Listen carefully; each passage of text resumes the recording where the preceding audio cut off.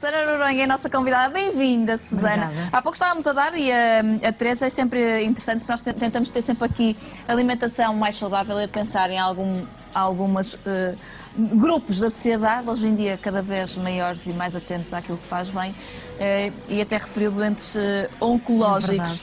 E eles, ainda bem que têm cada vez mais atenção e há já boas opções, não é? É verdade.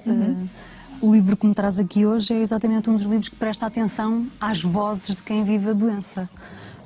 Infelizmente são cada vez mais, não é? São cada vez mais, mas por serem cada vez mais também chegam mais até nós essas narrativas. O Objetos Feitos de Cancro, no fundo, este livro resulta Posso de uma... mostrar lá Sim, para sim. casa? Obrigada, Susana. Obrigada eu. Objetos feitos de cancro. E é muito curioso, e a Susana já vai explicar, que é um livro que não é resultado da sociedade portuguesa, mas acaba por ser resultado do mundo. Nós estamos tão perto, não é? E há aqui casos. É verdade. Não é? O livro para já resulta de uma investigação que foi conduzida no Centro de Estudos Sociais da Universidade de Coimbra, financiada pela Fundação para a Ciência e Tecnologia e também, no fundo, resultado da parceria que existe entre o SES e a Almedina. Mas, no fundo, o livro olha para projetos artísticos feitos por ou com mulheres que viveram a experiência oncológica um pouco de todo o mundo. Atravessa essencialmente um contexto europeu e norte-americano, porque temos países como a Alemanha, França, Inglaterra, depois temos o Canadá, os Estados Unidos, mas também vamos um pouco para o sul, um sul que continua a ser ocidental, porque estamos a falar da Nova Zelândia, da Austrália, do Japão, de Israel, mas havia na altura em que eu estava a terminar essa tese, que foi isto resultou de uma tese de doutoramento, havia um projeto português já. Um projeto que, no fundo, se baseava um pouco no meu trabalho anterior e no meu livro anterior. Foi alguém que se deixou inspirar pelos projetos de mulheres artistas que, no fundo, construíram narrativas sobre as suas experiências de cancro de mama.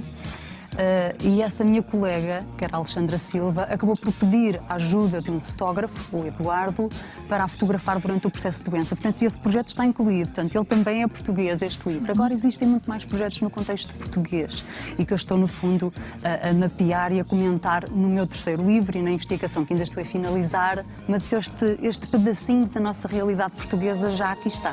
Susana, este livro também resulta de uma vertente sua profissional, não é?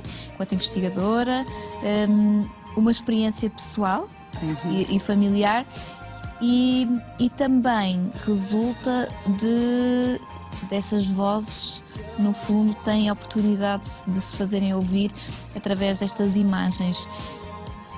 Para quem não tem uma relação próxima com a doença, que infelizmente são cada vez menos, não é? Porque há cada vez mais pessoas com casos bem próximos, isto acaba por desconstruir uma imagem de pavor. Desconstrói. Porque mesmo as histórias que falam de cancros metastáticos e que nos falam de morte mostram vitórias. Mostram mulheres que, através destes projetos e destas imagens, prolongam a sua ligação com o mundo e contrariam o esvaziamento da vida e das suas vidas, porque deixam-nos os seus traços, deixam-nos os seus rostos, até as suas histórias de doença para nos ensinar. E o que acho que este livro nos mostra, por exemplo, porque ele aborda esta questão da cultura material a olharmos para projetos de arte e faz esta mistura de doença, de arte e de cultura material, é como nós podemos compreender o cancro e a doença oncológica exatamente olhando para as materialidades, para os sentidos e usos que estas mulheres dão a estes objetos. E eu estou a falar de que objetos? São objetos presentes no diagnóstico, na cirurgia, na reconstrução do corpo, nos internamentos, na quimioterapia, na radiação e mesmo lá está, nos processos em que o corpo, gradualmente preenchido pela metástase, acaba por ser... E em relações também, não é? Porque há muitas fotografias que mostram o amor. Vê-se, eu acho que muitas delas espelham o amor entre familiares, entre... que a doença muitas vezes até, eu acho que há sempre um lado positivo da história e muitas vezes o lado positivo é não só para a pessoa que começa a olhar para a vida de outra maneira, a valorizar a vida de outra maneira, mas para o amor que está à nossa volta, dos nossos familiares, que muitas vezes no dia-a-dia não se expressam, não é?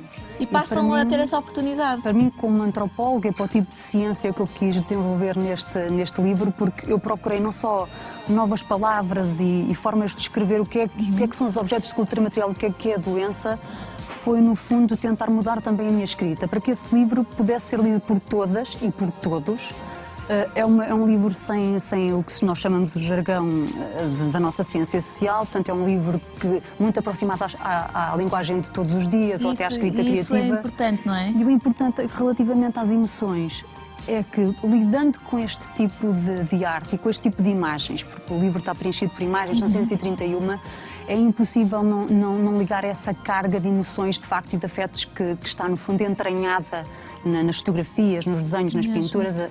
É impossível não sermos afetados por este tipo de carga. Portanto, a minha escrita também rebenta com essa emoção.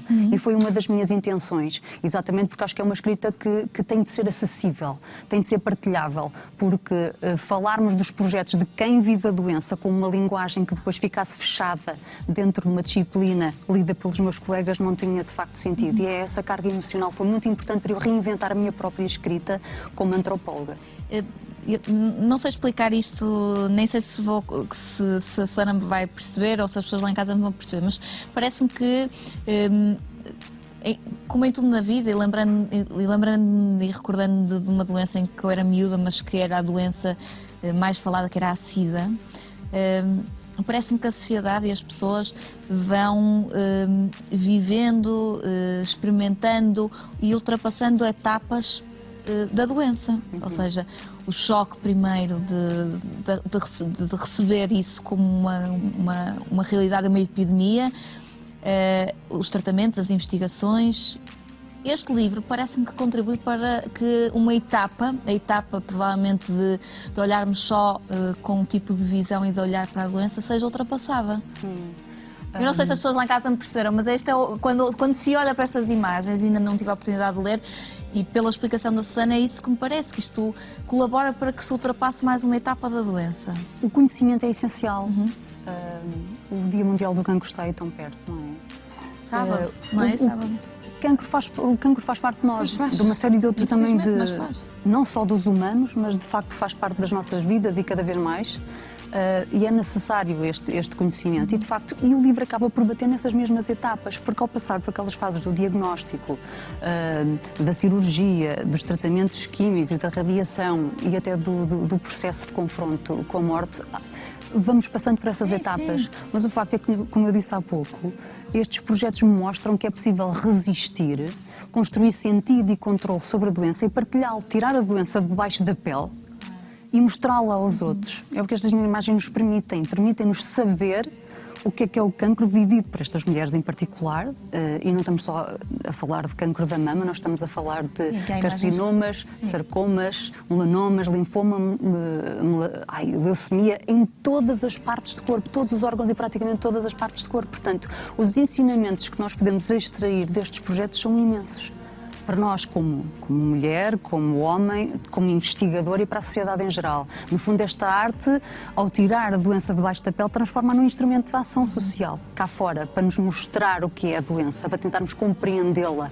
Porque só assim podemos também fazer certas alterações nos planos de tratamento e na forma como lidamos com a pessoa com cancro, para que ela também possa sentir e pensar a doença de uma outra maneira, mais leve, quem sabe. Claro, é esse o objetivo também. Susana, muito obrigada, antes de mais, não só pela vinda cá, mas também por disponibilizar o seu tempo profissional e provavelmente também muito do pessoal na elaboração destes trabalhos. Já percebi que vem outro caminho. Outro caminho. E desta vez de maior proximidade, porque, como eu lhe tinha dito, e a Maria já tinha percebido, que este é um texto que mistura bibliografia e biografia, porque eu fui empurrada para esta temática por uma experiência familiar de cancro, e o que eu resolvi foi levar isso um pouco mais longe, e a investigação que eu estou a fazer agora foi pegar em todas as mulheres do meu círculo relacional que passaram pela experiência da doença, mais mãos na massa, literalmente, e mostrar como a história de cada mulher, que no fundo este livro também nos mostra, a história de cada mulher ou de cada homem conta para sentirmos e pensarmos a doença de facto de uma outra maneira. E também os objetos que nos cercam. Tenho a certeza disso. Susana, deixo desde já o convite para quando for lançado o próximo trabalho. Cá estarei. Muito obrigada.